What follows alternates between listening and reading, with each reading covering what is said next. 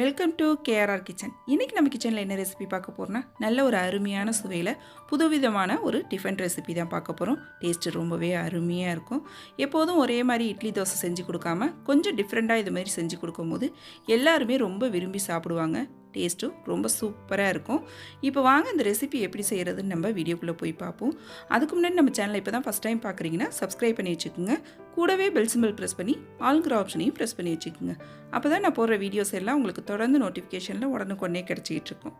இப்போ வாங்க இந்த டிஃபன் ரெசிபி எப்படி செய்கிறதுன்னு பார்த்துடலாம்.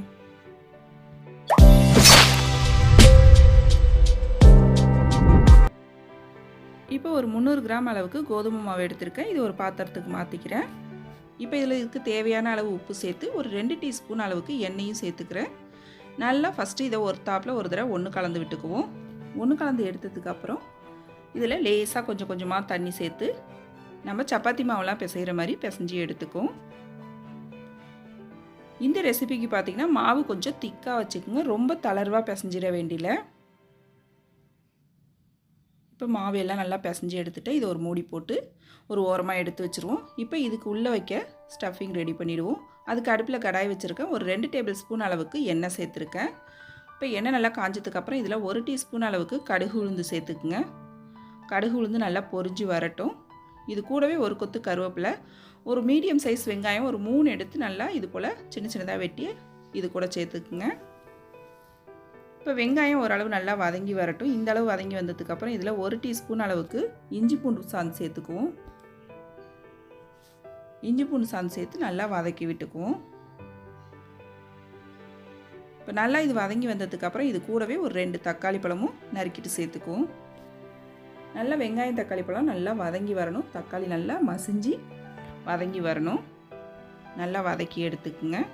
இப்போ பாருங்கள் தக்காளி நல்லா குழைய வதங்கி வந்துருச்சு. இப்போ நம்ம மசாலா ஜாமான்லாம் எல்லாம் சேர்த்துக்கலாம். இதில் ஒரு 1/4 டீஸ்பூன் அளவுக்கு மஞ்சத்தூள், 1/2 டீஸ்பூன் தனி மிளகாத்தூள், ஒரு 3/4 டீஸ்பூன் அளவுக்கு மல்லித்தூள், 1/2 டீஸ்பூன் சோம்புத்தூள், 1/2 டீஸ்பூன் கரம் மசாலா சேர்த்துக்குங்க. அப்புறம் இந்த மசாலாவுக்கு தேவையான அளவு உப்பு சேர்த்து நல்லா ஒத்தாப்பில் கலரி விடுங்க. நல்லா இப்போ மசாலாவோட பச்சை வாடை போகணும். அதுக்கு 1/4 டம்ளர் அளவுக்கு தண்ணி ஊற்றி இதை நல்லா ஒரு 5 நிமிஷத்துக்கு கொதிக்க விடுங்க. நல்லா கொதித்து இந்த மசாலாவோட பச்சை வாடை போகணும். நல்லா இது இப்போ கொதித்து வரட்டும்.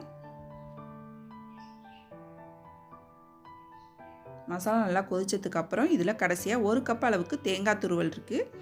அதை இது கூடவே சேர்த்துக்கிறேன். தேங்காய் துருவல் சேர்த்து நல்லா ஒரு 2 செகண்ட் கலந்து விடுங்க. இந்த மசாலா கூட நல்ல ஒரு டேஸ்டான ஸ்டஃபிங்காக இருக்கும் இது. அவ்வளோதான், நம்மளோட ஸ்டஃபிங் ரெடி ஆகிடுச்சு. இப்போ இதை நல்லா ஆற வச்சு எடுத்துக்குவோம். நல்லா ஆறினதுக்கப்புறம் தான் நம்ம இதை செய்ய ஆரம்பிக்கணும். இப்போ நம்ம சப்பாத்தி மாவு பிசைஞ்சு வச்சுருந்ததை சின்ன சின்ன உருண்டைகளாக நம்ம பூரிக்கெலாம் எப்படி சின்ன சின்னதாக எடுப்போமோ அதே போல் உருட்டி எடுத்துக்குவோம். இப்போ ரெடி பண்ணி வச்சுட்டேன். இப்போ நம்ம சப்பாத்தி தேய்க்கிற மாதிரி ரவுண்டாக தேய்ச்சி எடுத்துக்குவோம்.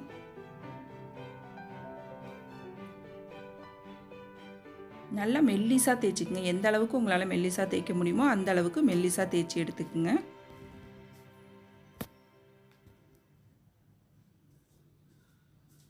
தேய்ச்சி எடுத்ததுக்கப்புறம் இதில் நம்ம ரெடி பண்ணி வச்சுருக்க ஸ்டஃபிங்கை எந்த அளவுக்கு வைக்க முடியுமோ அந்த அளவுக்கு வச்சுக்குவோம். இதில் நான் இன்றைக்கி 1 டேபிள் ஸ்பூன் அளவுக்கு இதில் வைக்கிறேன். தேய்க்கிற அளவுகளை பொறுத்து நம்ம உள்ள ஸ்டஃபிங் வைக்கணும், எந்த சைஸுக்கு திரட்டுறோமோ. இப்போ வச்சதுக்கப்புறம் இது போல் ஓரங்கள்லாம் மடித்து விடுங்க. சுற்றிலும் நல்லா எல்லாத்தையும் மடித்து விட்டு ஒன்று சேர்த்துக்குவோம். ஒன்று சேர்த்துட்டு நல்லா எல்லாத்தையும் அப்படி லைட்டாக வச்சு நம்ம அமுக்கி விட வேண்டிதான். ஸ்டஃபிங் வெளில வராத அளவுக்கு நல்லா இது போல் மாவு எல்லாத்தையும் ஒன்று சேர்த்துட்டு லைட்டாக கையால் இது போல் ப்ரெஸ் பண்ணோம்னா போதும். இதுக்கு மேலே இதை வந்து நம்ம குழவி வச்சு தேய்க்கலாம் வேண்டியில. இப்படியே லைட்டாக ப்ரெஸ் பண்ணி ரெடி பண்ணி வச்சோம்னா போதும். இதே போல் எல்லாத்தையும் செஞ்சு எடுத்துக்கிறேன். ஓரங்களை நல்லா இது போல் மடித்து விட்டு ஒன்று சேர்த்துக்குங்க. ஸ்டஃபிங் வெளில வரக்கூடாது. நல்லா மாவை இருக்க இதுமாரி மடித்து விட்டு ஒன்று சேர்த்துட்டோம் அப்படின்னாக்கா நமக்கு ஸ்டஃபிங் வெளில வராது.